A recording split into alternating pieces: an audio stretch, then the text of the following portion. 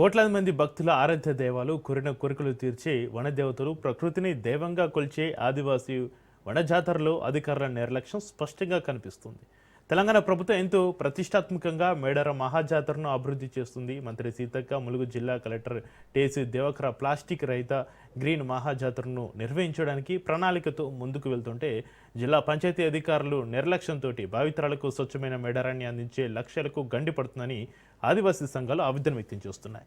మేడారంలో అధికారుల నిర్లక్ష్యంతో జరుగుతున్న విధ్వంసంపై నవనిర్మాణ సేన రాష్ట్ర అధ్యక్షులు కోర్స నరసింహమూర్తితోటి మా Warangal regional coordinator Chandrashekar face to face.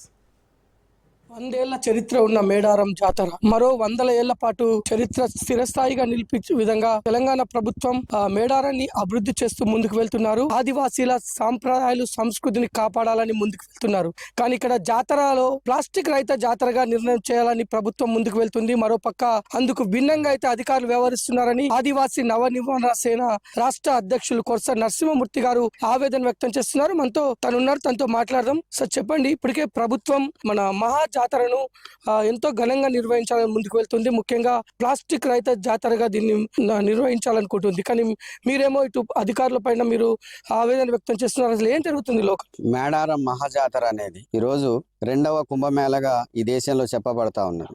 ప్రతి 2 సంవత్సరాలకు ఒకసారి వచ్చేటటువంటి ఈ మహాజాతర కోట్ల మంది, సుమారు ఒక 2 కోట్ల మంది మరి భక్తులు 5 రాష్ట్రాల నుంచి వచ్చి వనదేవతల్ని మరి పూజించుకొని వెళ్ళేటటువంటి పరిస్థితి ఉన్నది. ఇలాంటి సందర్భంలో ప్రభుత్వం కూడా కొన్ని వందల చరిత్ర కలిగినటువంటి సంవత్సరాల చరిత్ర కలిగినటువంటి మేడారం మహాజాతరకు ఏ ప్రభుత్వం కూడా గుర్తించినటువంటి సందర్భంలో మరి తెలంగాణ రేవంత్ రెడ్డి ప్రభుత్వం ఈరోజు 250 కోట్ల రూపాయలు మరి మేడారం జాతరకి ఉద్దేశించి మరి ఆదివాసుల యొక్క చరిత్రని మరి చిరస్థాయిగా నిలిచిపోయేలాగా మరి ఈరోజు అభివృద్ధి పనులు అనేటివి చేస్తూ ఉన్నారు. దానికి మేమంతా కూడా హర్షిస్తూ ఉన్నాం.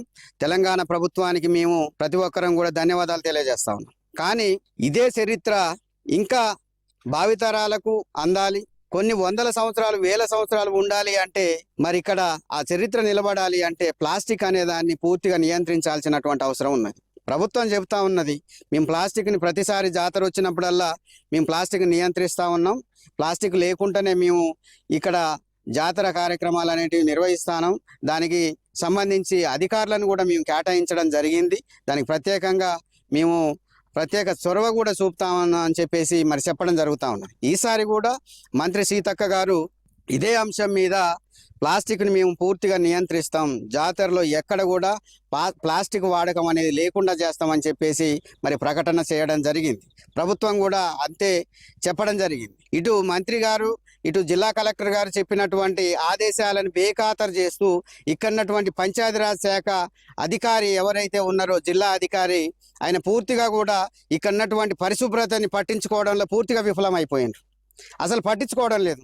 ఒక మంత్రి చెప్పినటువంటి ఆదేశాలని కూడా ఆయన బేఖాతరు చేసి మరి నా ఇష్టం, నేను ఎట్లయినా ఉంటానని చెప్పడం అనేది మరి ఇది చాలా మరి ఖండించాల్సినటువంటి అవసరం ఉంది. మనం చూసుకుంటే ఇటు ప్రభుత్వాలు చెప్తున్నాయి, ఇటు మంత్రి సీతక్క కూడా చెప్పారు, ఈ యొక్క ఏదైతే వ్యర్థాలను క్లీన్ చేయడం కోసం కోట్ల రూపాయల బడ్జెట్ కూడా కేటాయించారు.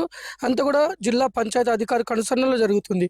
ఈ ప్లాస్టిక్ రహిత మేడారం జాతరను గ్రీన్ జాతర నిర్వహించాలని ప్రభుత్వం ఎంతో దృఢ నిశ్చయంతో ముందుకెళ్తున్నప్పటికీ ఈ మంత్రులు, జిల్లా అధికారుల యొక్క ఆజ్ఞలు కూడా ఈ యొక్క గ్రౌండ్ లెవెల్లో ఉన్న అధికారులు బేతరు చేస్తున్నారు. దీనిపై మీరేమనుకుంటున్నారు? మేము ఒకటే చెప్తాను అండి, ఎందుకంటే ప్రభుత్వం కూడా కృత నిశ్చయంతో గతంలో ఉన్నటువంటి ఏ ప్రభుత్వాలు పట్టించుకోకున్నప్పటికీ ఈ ప్రభుత్వం ఎంతో దృఢ నిశ్చయంతో అదంతా ప్రజలంతా గమనిస్తా ఉన్నారు. 100 కోట్ల రూపాయలు కేటాయించి అభివృద్ధి చేయాలని చెప్పేసి అన్నారు, కేటాయించి అభివృద్ధి పనులు కూడా జరుగుతూ ఉన్నాయి.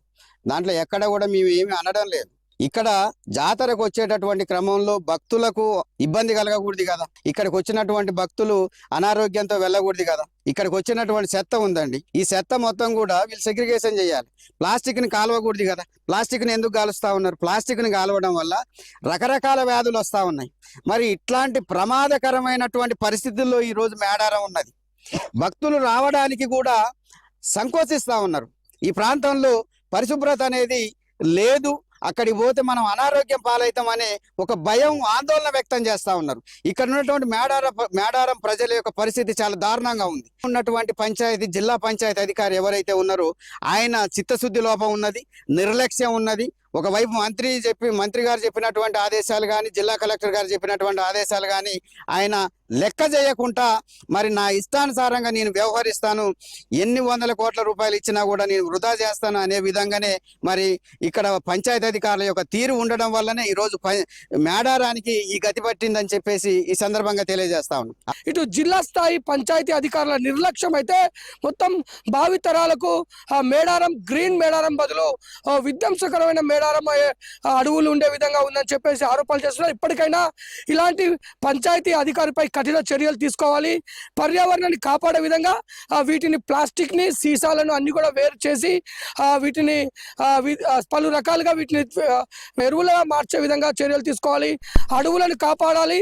భావితరాలకు యొక్క మేడారాన్ని తిరిగి స్వచ్ఛమైన మేడారంగా, గ్రీన్ మేడారంగా అందించే విధంగా చర్యలు తీసుకోవాలని చెప్పేసి ఆదివాసీ సంఘాలు కోరుకుంటున్నాయి. కెమెరామెన్ సురేష్తో చంద్రశేఖర్ రాజు.